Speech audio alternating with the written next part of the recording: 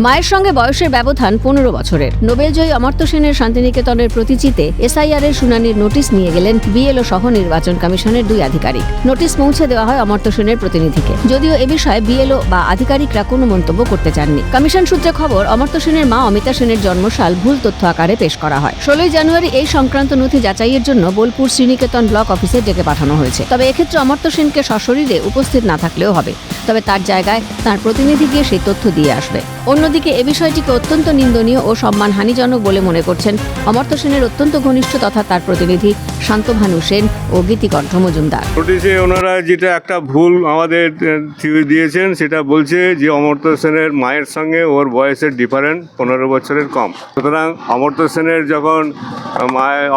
যখন জন্ম হয় তখন অমর্ত্য সেনের মায়ের বয়সের সঙ্গে ডিফারেন্স ছিল 19 বছর 6 মাস। ওরা ভুলবশত সেটাকে বলছে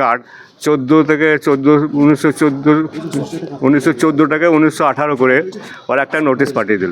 কাগজপত্র কি সব মিলছে না, ঠিক ইনফরমেশন এটা রিসিভ করতে হবে। এটাকে হ্যারাস করা হচ্ছে, একটা বয়স্ক লোক সবাই চিনে, বলছে এখানকার নাগরিক না, এসব কি বলছি উল্টোপাল্টা করবো। এখন এটা তো খুব মানে অবাক হয়ে যাচ্ছে। প্রসঙ্গত, এসআইআর এর শুনানিতে প্রবীণ নাগরিকদের তলব নিয়ে রাজ্য জুড়ে হেনস্থার অভিযোগ। সমস্যা বেড়েছে নামীদেরও শুনানি তলবে।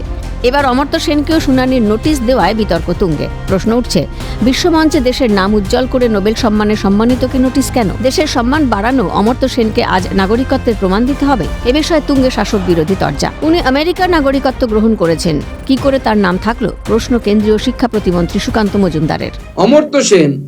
অমর্ত্য সেনের নাম ভোটার লিস্টে কিভাবে থাকলো আমার যথেষ্ট হচ্ছে, কারণ অমর্ত্য সেন, আমি যতদূর জানি, আমার ভুলও হতে পারে, আমি যতদূর জানি উনি আমেরিকার সিটিজেন, উনি সিটিজেনশিপ নিয়েছেন। স্বাভাবিকভাবে তার নামটা কাটা যাওয়া উচিত ছিল। কেন আছে আমার জানা নেই, আমার ভুলও হতে পারে, কিন্তু আমি যতদূর জানি উনি আমেরিকার সিটিজেনশিপ গ্রহণ করেছেন। এসআইআর ইস্যুতে শুরু থেকে প্রতিবাদে গর্জে উঠেছেন মুখ্যমন্ত্রী মমতা বন্দ্যোপাধ্যায়। মঙ্গলবার রামপুরহাটের সভামঞ্চে অমর্ত্য সেনের প্রসঙ্গ টেনে বিজেপিকে আনম্যাপ করে বিদায় দেওয়ার বার্তা দিয়েছেন অভিষেক বন্দ্যোপাধ্যায়।